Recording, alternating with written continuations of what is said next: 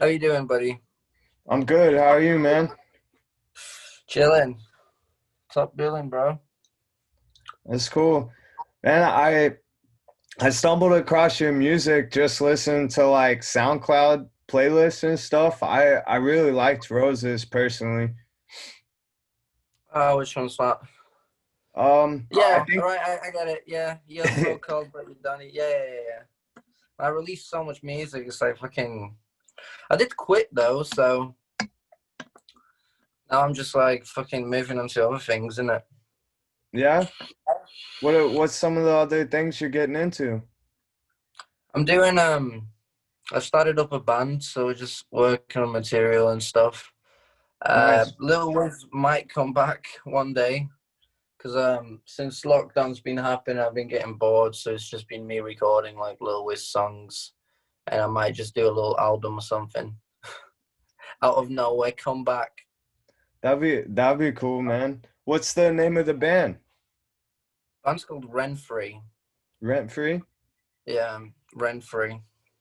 That's pretty cool. Well, Little Witcher reference.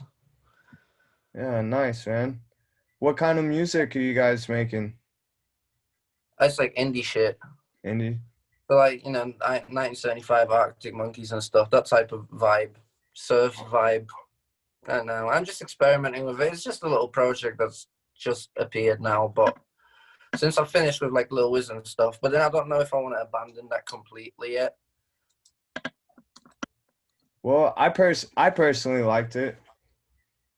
Yeah, and it was big at the time. It was big at the time. Then it just declined slowly. The Instagram algorithms fucked me over, so I Yeah, wasn't really same growing anymore.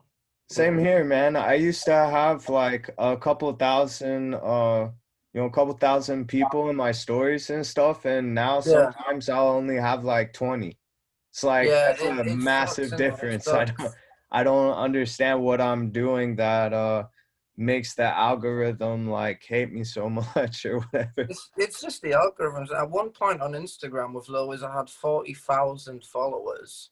Now I'm Wow. down to like 28,000, but I wasn't like using it anymore. But yeah, the algorithms really fucked it up. Like I used to post pictures and get like 5,000 likes a picture and shit, and now it's just like, from before I ended it, it was like what 500, 700. It's tragic, man, Yeah. tragic. So I just thought, fuck it. It's not growing anymore. I've tried everything. It's not really moving. So, I might as well just move on and shit, do something else musically and stuff. But yeah, interviews about Lil Wiz. So I'm happy to answer your questions on that subject.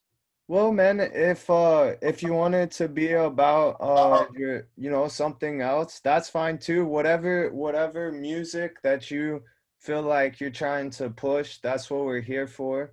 Yeah, Just we can stick with Lil Wiz right now because I might be coming back to that in future. all right, cool, man. So there's, Well, there's still stuff going on. all right, cool. Well, if you could give us a little background about where you're from and where Lil Wiz came from. Um, I'm Polish. I'm Polish. I've been living in England for a long time, but Lil Wiz came out because I don't know. I used to be in a band and they started calling me Wiz. Mm, Um, so I kind of just it all started because I wanted to like take the piss out of SoundCloud rappers. So I made Lil Wiz, and then I started making all these songs where I'm just joking around. There was a song called "Fuck It," and the song is like the first song I ever made as Lil Wiz was just like "Fuck it, fuck that, fucking on your bitch because she hot yo." It was just some like cringy like rap stuff. yeah. Um, but yeah, so I did that as a joke. Lil was started, and then later, because I've been doing music for ages, and I wanted to do something where I can actually grow online. So that's where the hype around like Lil Peep was Right. happening. So I discovered Lil Peep. I listened to all of that. I grew up with like emo music as well. So it was almost natural to me. So I thought, okay, I'm looking for my own style. Fuck it, take this emo rap and Yeah. my influences of emo and rock and stuff and just put it together like Lil Peep did. So yeah, I started that. I made a few songs. It all started off with like there's a bunch of privated songs on my YouTube, but it was just like shit production, just basic like little emo whinings on trap beats. After that, I made Love Letters, which was the first. I recorded like a homemade video to that. And Love Letters was like one song that started blowing it up. And that's when I started getting like my first 1,000 followers on Instagram and stuff.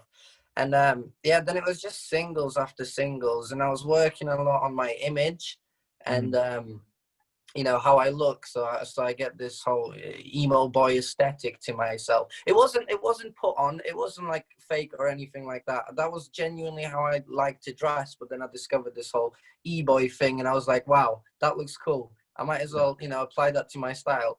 So yeah, so I just, you know, I focused a lot on how I look, you know, with tattoos and stuff. And yeah, and then I released the first album, which was Sensitive, and I got that shit tattooed on my neck. Sensitive was the first album, and I remember I recorded 10 songs with my best friend Fuck You Willow at the time. So we made I think there was 1 or 2 tracks on Sensitive. Or it might have been some singles I did with him. But he was on there. I also discovered a guy called Burnout. Well, Burnout MacGyver was a guy that discovered me when I was like little. I had barely any clout, but he liked my music, so we collaborated on a few songs. And he was like super helpful in future, because this dude, like, he used to, you know, like buy beats for me and shit, right? Because I couldn't afford anything at the time. So he was buying like beats for me. You know, he was featuring on my songs and stuff, sorting me out with all the features and that type of shit. He had a bunch of beats from like who was it? I think it was Nedab. Yeah, he had a bunch of beats from like proper big like Lil Peep producers and stuff that he bought. So, you know, we just hopped on them and shit and just messed around and stuff. But yeah, Sensitive released. Before I released it, I got this tattoo for a music video. There was a brand from London. I live in Manchester. There was a brand from London called Kino Emo, and they like my music. So for like a few months we've been back and forward about, you know, doing a music video. So they decided to book out all the cameras and shit, you know, go for a 5-hour drive to Manchester, and over like a weekend we just shot Suicide Notes, which was like the biggest song on the album. And yeah, Suicide Notes was huge. I got this tattoo just for that music video, Wow. because I don't know, I had so much faith in that project, you know what I Yeah. mean? But yeah, that was done.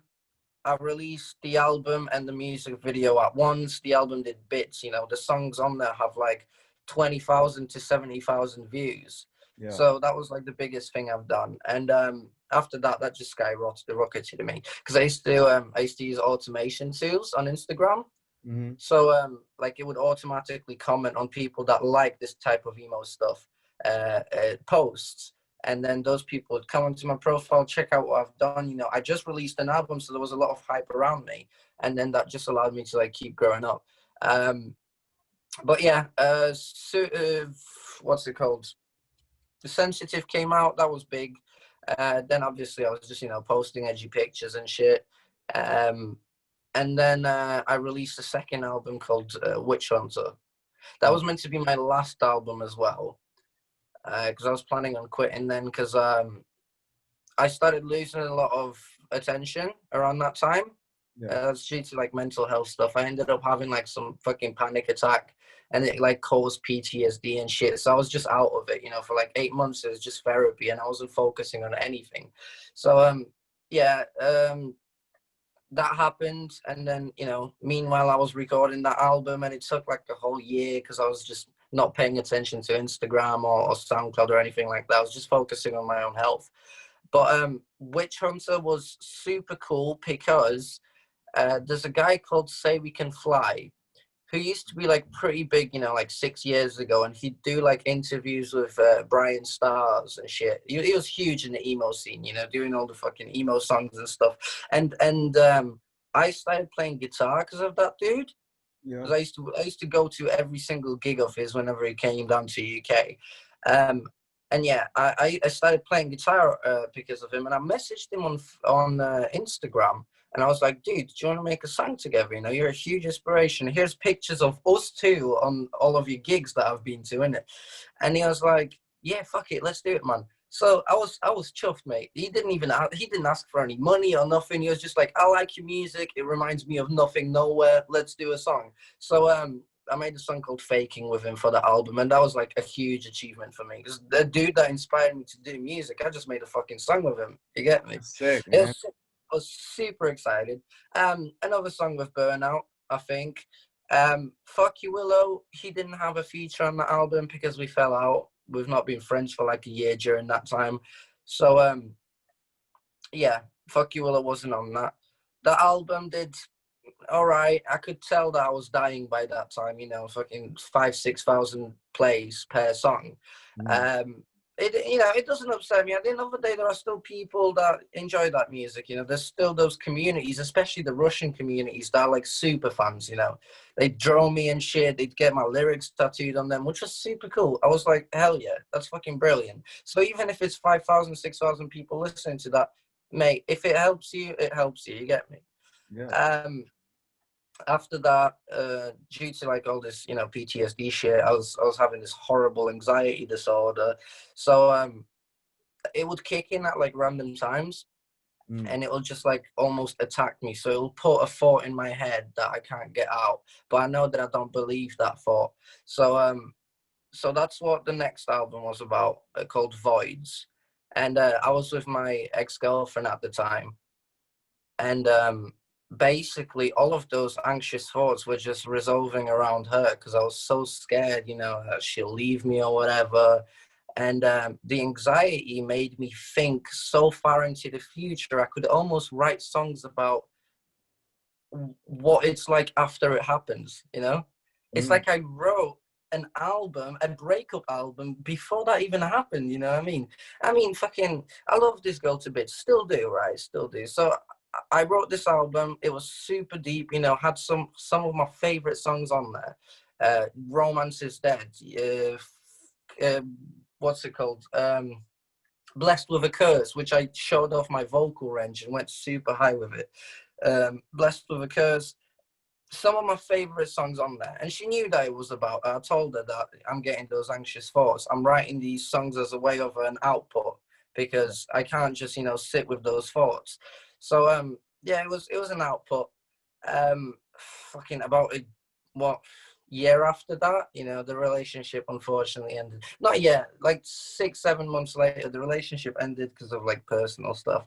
But yeah, it's just a weird thing looking back on the album now, because we're no longer together, and I basically wrote an album about that before it even happened. And now the songs, they hurt like a bitch, they sting, so I can't listen to that shit anymore. But it's probably like my favorite piece of work, Voids. that's um that's interesting, man. Do you feel like yeah.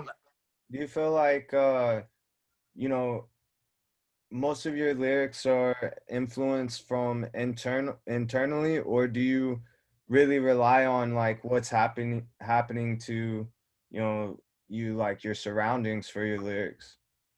It changed with time, because Yeah. like Sensitive, I was writing about things that weren't exactly real. I was just going for the aesthetic, the Lil Peep, XXX Tentacion, all these vibes in it. So I was going for that. There's only been little hints of truth in these songs, Yeah. but it was more of like I want to get some songs out. And I'm a good songwriter. I've had a fuckload of practice, and I've got an actual skill in that. So I did work as a ghostwriter for a little bit, but yeah, I just wanted it was more like a practice, but I want to get something out, and I want to create like a new vibe. So Sensitive wasn't like super truthful. It was just me, like, I don't give a fuck in it. Just cute songs, that type of shit. So that was Sensitive. Witch Hunter had truth to it because that was, while I was going through shit. So I was just writing about like real stuff.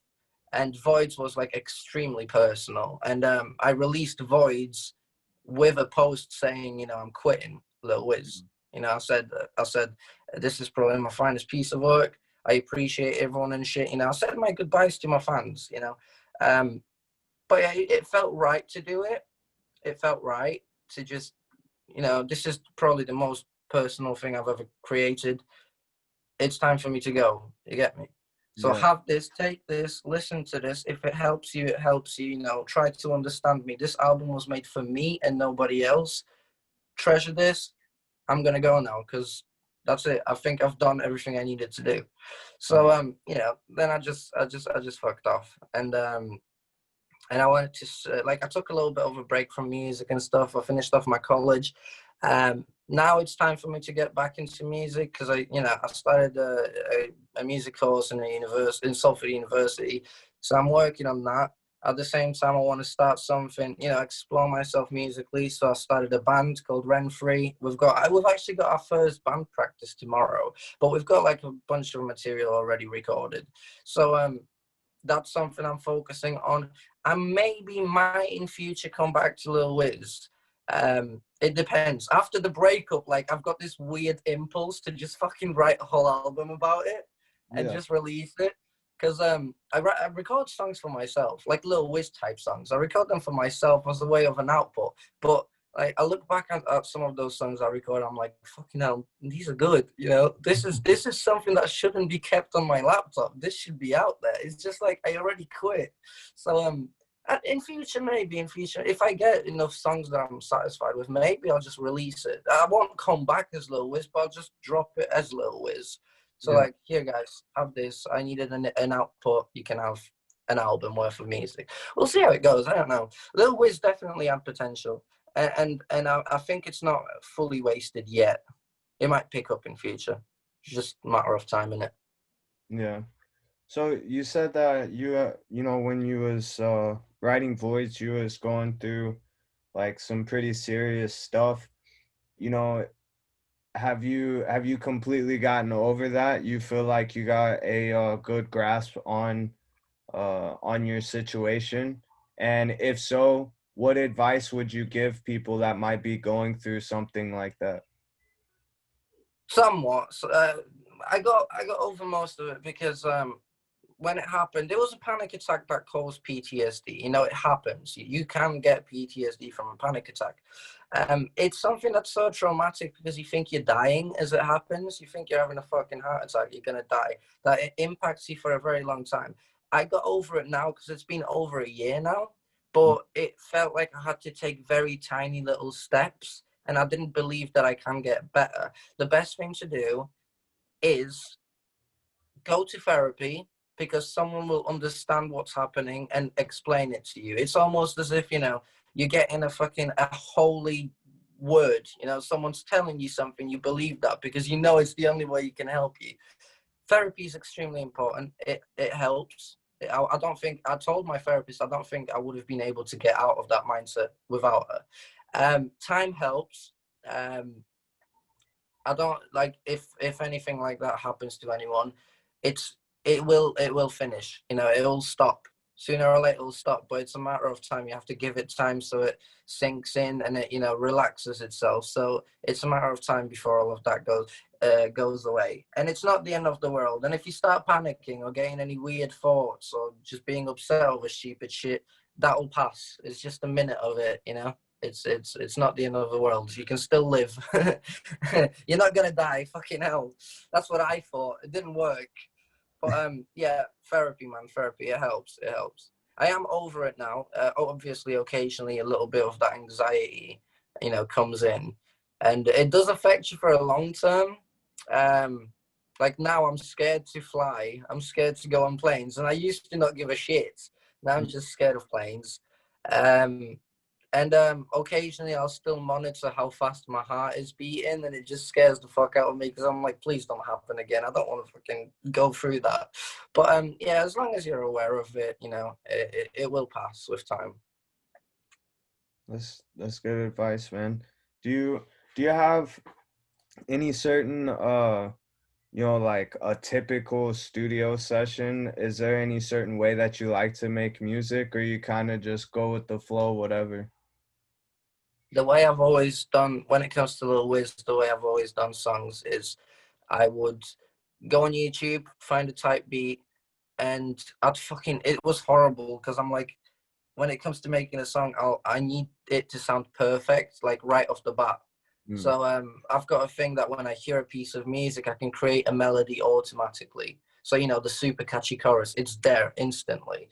So when it came to making music, I had to go through like hundreds of beats just until I find something that's like, that's the one. Fuck it, I'm working on that. And then it was sticking it on the program, and I would write the song as I recorded it. Mm. So it usually always started off with the chorus. The chorus is the most important thing. That's what gets people to remember the song. And then I'd just write it as it went along. With with Voids, it took a little bit longer because obviously I was writing personal stuff. It wasn't just a quick time trial. It was more of like, this needs to be, you know, how I want it to be. So it was more of a perfectionist type thing.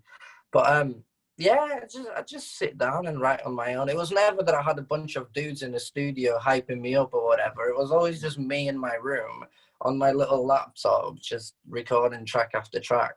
That was basically how it went. Nice, man. And you were saying you was in into like a lot of emo bands in the past.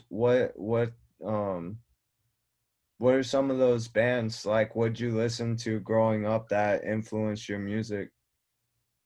Um, Fucking, I listen to a lot of emo shit. Anything from like I started screaming because of Asking Alexandria. So not the American average. He does like an 8-second scream where he goes, "You stupid fucking," and then whore for like 8 seconds. So that's when I started screaming. Um, I listened to a lot of Sempiternal, Bring Me the Horizon, a shitload of My Chemical Romance because that's classic. You know, Yeah. this is like the emo band, Those and are those are Fly, my 'cause two personal favorites. Bring Me the yeah, Horizon yeah, and My exactly, Chemical exactly. Romance are like phenomenal. My Chemical Romance, man, and Sempiternal is iconic. It's Yeah. literally iconic. But yeah, a lot of like, you know, smaller bands as well. Jimmy Eats World. My whole music taste has been formed with Tony Hawk's Underground 2 playlist. So that's what created what I listened to. You know, I used to bash it when I was little, and I was like, yeah, these songs boppers, mate.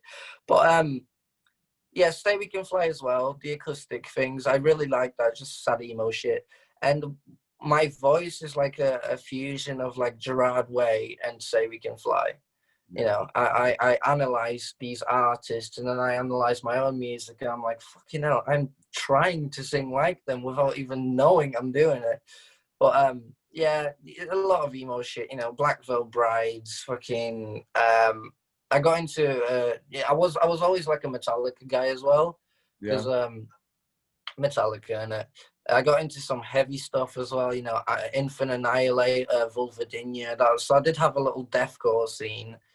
You know, Pray for Plagues, Count Your Blessings, that type of stuff by Bring Me the Horizon. Right. Um, and yeah, that's you know, it's just all of those things. And now I found my style of vocals, so I just kind of settled. But yeah, if you haven't, if anyone watching hasn't fucking seen My Chemical Romance, do your fucking research, mate. You shouldn't be watching this if you've not listened to My Chemical Romance. Oh yeah, man. You know, this a little bit off topic of about your music, but I'm just interested. So you said you like the Count Your Blessings, Bring the Horizon. How do you feel about how they've changed over time? A lot of the fans from then feel like they might have sold out or whatever. How do you feel about it with being a good songwriter? I've got mixed views on that. If because fucking they used to be super heavy, then you know the metalcore era with Sempiternal, and then they just toned it down with That's the Spirit, and I didn't like it. You know, there are obviously a few songs like Throne and True Friends, and you know there are, and what's that fucking song called? Throne, True Friends, Happy Song or some shit like that. Yeah. Was that a track? That I happy think it songs. was. Yeah. Yeah, something like that. But yeah, they toned down a lot. But I see where they're coming from, especially with like the next Ammo album, AMO. Um, they toned down, but it was a great business move Yeah. because they toned it down, and now they're one of the biggest mainstream bands. You know, Yeah. so they got the attention, they got the fan base and the money. They're edgy in the alternative scene. They got it, you know, and the cool thing is that the old school emos, the little metalcore kids, and Blackville Brides listeners, a Yeah, lot of them actually radiated towards stuff like Billie Eilish and Little Peep as time went on. right. So Bring Me the Horizon, toning their music down into this alternative scene, kind of grew into the actual metalcore emos from back in the day. So I think it was genius. I'm not a fan of the songs. That's the Spirit album did grow on me. I'm not a fan of the toned down thing, but they played it smart. And the new songs, I think they're coming back. The one that they did with Youngblood, Yeah. mate. I heard that scream and I was like, mate, fucking hell, there they are, Sempiternal BMTH coming back, So I was excited. I'm hoping that whatever they release next will be on that same level. Yeah. Decent. Yeah, the one thing that I do like about their newest songs is there's that little piece of the old them, like Yeah, what was that? That Luden song, right? The breakdown in that yeah, is pretty yeah, yeah. pretty sick. It's exciting. It's exciting. They're bringing it back. They Yeah. are.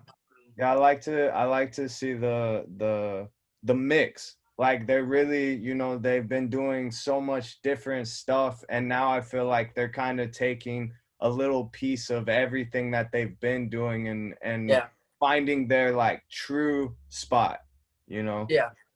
for sure. No, it makes sense, but they are doing a smart thing. They're definitely doing bits. Yeah. So whenever you go on with your band project, do you feel like um is this something that you're gonna stick with for a long time, or is it more of an experimental project? Uh, I was looking at it as something long term because Lil Wiz happened for 3 years. I want to build a career so I can start gigging and touring. Um, right now it's in the experimental stages where we're making songs, getting into practices, see how it works. If there's potential in it, which I see potential in it, then fuck it. After all this COVID shit is done, I might push that. Yeah. Whenever it comes to projects, I'm always super dedicated to whatever I'm doing. So I'll probably stick around with it.